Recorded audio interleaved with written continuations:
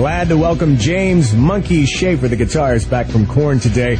And Monkey, I want to start it off today with actually an email that I got sent to me from one of your fans and listeners here. And they wanted to talk about the Music as a Weapon tour that you guys have been involved in earlier in the year. And wanted to know if this tour was kind of a call to arms for musicians to be more involved in the changing times that we've been going through in the world recently. I think every little bit helps, you know? Yeah. I don't think anyone's going to, go out and change the world with a song or anything, but I think, if a band can bring some sort of awareness, a consciousness to an issue, whether it be political or social, I think it's important.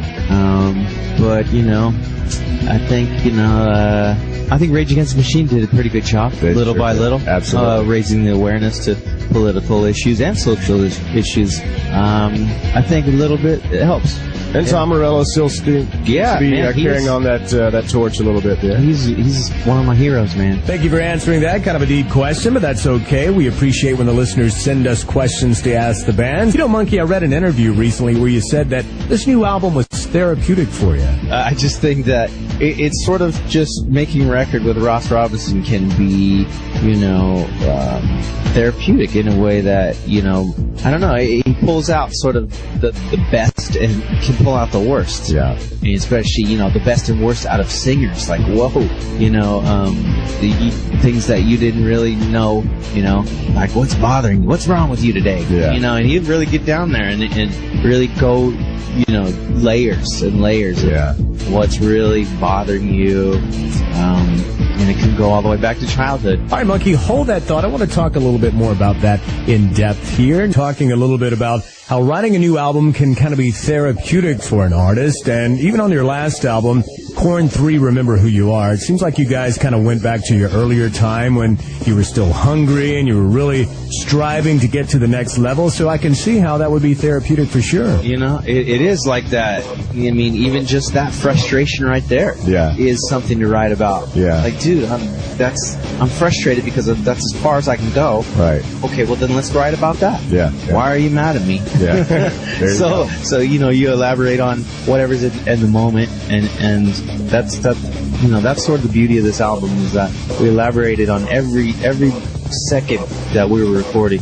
We were able to develop each idea, I think, to its fullest. And we talked a little bit about Korn 3, Remember Who You Are, and one great thing about that album was you had no label deal, yet no time constraints were put on the band either. I think, it did enhance the whole experience. There wasn't anybody sitting over our shoulders sort of telling us, oh, we need that one song to hit the radio. Yeah. And it really helps with the whole creative process, and it becomes more enjoyable. And I think, that's what it's about. Right. We make records because we love to. Yeah. It's fun. And, at the same time, we didn't really know, who's going to want this? Yeah. And there's always that kind of like, right. And then you got to remind yourself, oh yeah, we're Korn, we spent 15, 16 years making a name for ourselves. So there was always that, what are we going to do with it when it's done? Yeah. In the back of your head. But mainly it was about making a great record, and that's sort of not having someone looking over our shoulders. What helped create, that creative process. Well, I hear you. Now, Monkey, I want to ask you kind of a personal question here. If you and the rest of the guys from Korn did not have music as an outlet to express your emotions, how do you think you would get them out there? I think probably some, painting. Yeah. I think art in some form. Probably be miserable, wouldn't you? Definitely be miserable or dead. Or in jail. On my way to dead, being miserable. Right. Or jail, which is just as bad. I like it. Even with the lineup changes the band has kind of been through, when you really break it all down, the core of Korn is still Jonathan's voice, Fieldy's bass, and of course your guitar, Monkey. I think the core has remained the same, and it's the approach, Yeah. It's like, it's a formula that still works for us creatively. Right. And it's just, it's not some scientific method or a formula. Yeah. It's just us getting in a room and sort of sparking ideas off of each other until you see that really big flame that like, oh wow, and then you kind of feel everybody's energy in the room rise, and you start to get excited for other people to hear it, and then you have something that's that you think is great, and it still has we still layer upon it and build upon those ideas. But essentially it's us getting in the room, building riffs, and letting Jonathan write his lyrics and sing melodies over it, and that's how it's been. Now, I wanted to go back and talk about your last album, Korn 3, Remember Who You Are. Now, my first listen, I instantly recognized that earlier Korn sound. I mean, was that something you guys were shooting for from the very beginning? You know what? There was sort of like an idea. Everyone sort of has an idea when they come into the studio, and once we got started, we sort of, all those ideas sort of went out the door. Right. And we just said, let's just start capturing little bits and pieces and building on them. But it was very comfortable in the room. I mean, for me, maybe not for Ray. for him, as far as having Ross, a producer. Yeah. Ross is known for being very hard on drummers. Right. And being, the newest member of the band, and Ray had sort of a tall task, and that Ross really gave him hell. Yeah, yeah. But you know what? Ray's a great professional drummer person, and he persevered and proved himself, not only to him, I think, to Ross and the band, but to himself, because he was doing things that he really wasn't used to doing, which is sort of playing without click track and trying just crazy techniques that really pushed his boundary, I think, as a player, and really helped the songs for the record come alive. Now, Monkey, I wanted to ask you about new technology available to you today that you wish you had when you guys first started out. I mean, just as as a guitar player, like YouTube is so killer for guitar players. Yeah. Because you could look up anything and find how to play it 120 ways. Right. And I wish I had that when I was learning, because now I'm still looking. Now I'm starting to find myself looking up different sites, and I wish I had that when I was learning how to play it. But I'm using it now. I wanted to ask you, coming from a technology standpoint, can you tell us why you still prefer to use tape to record on instead of the digital means as so many other musicians use? I think it does something to the spontaneous creative process that you really can't get. Yeah. Because a digital tape, you can edit it so easily. Right. You can sort of go back over it and make your corrections and make everything pristine and perfect. Yeah. And I think the beauty of tape is that it's an organic feeling. Mm-hmm. It captures you in the moment. Right. And the imperfections of the recording are captured as people.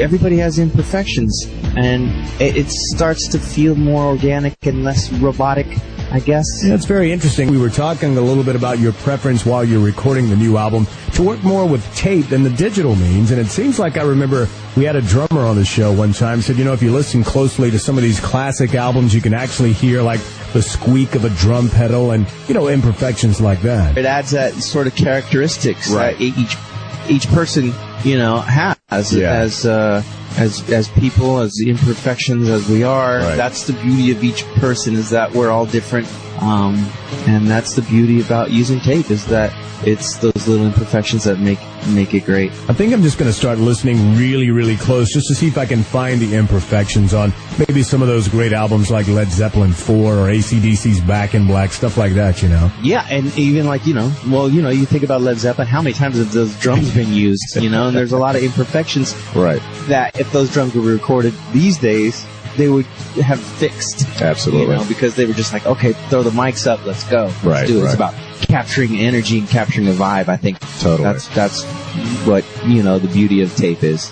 Monkey, I heard something about a little side project that you were working on, so what can you tell us about that? Yeah, a record that I worked on about 2 years ago with Brooks Wackerman, who's a Bad Religion drummer. Yeah. And Billy Gould, who plays bass with Faith No More for years.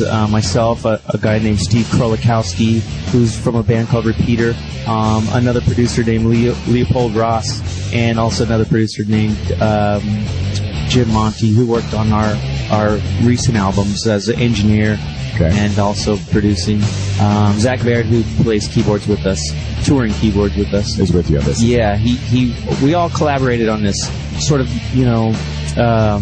it was just really something for me to kind of fill up time, and the people that were involved really put 110% into each whatever they did. And now it's almost done. We're mixing it, and I've tried to keep a tight lid on it because I want it to be, I wanted to have some sort of significance when it's released.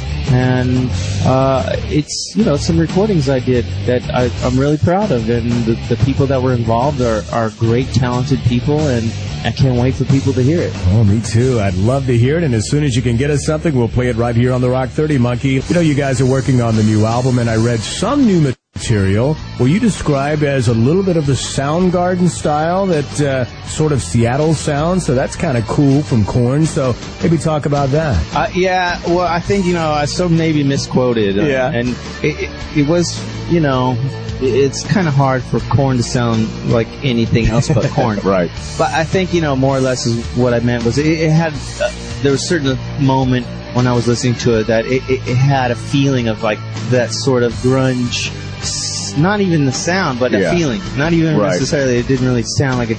Somebody asked me, and that just kind of came out. Well, here we are, the 20th anniversary of the song Smells Like Teen Spirit and Nirvana's legendary album Nevermind. Music just kind of goes through cycles, so maybe it's time for a little bit of that grunge comeback, if you will. Even, I was listening to a radio station the other day, and they were playing Crazy Train. I was like, oh my God, this song's 30 years old, and they're playing it on the modern rock station. And I was like, this is great. Wow.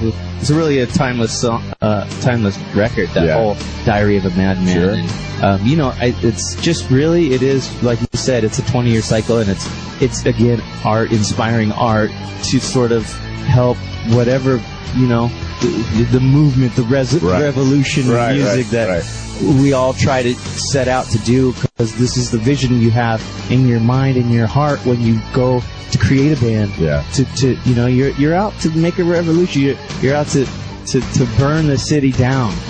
Sure. And that's still alive, I think, in almost everybody that plays music.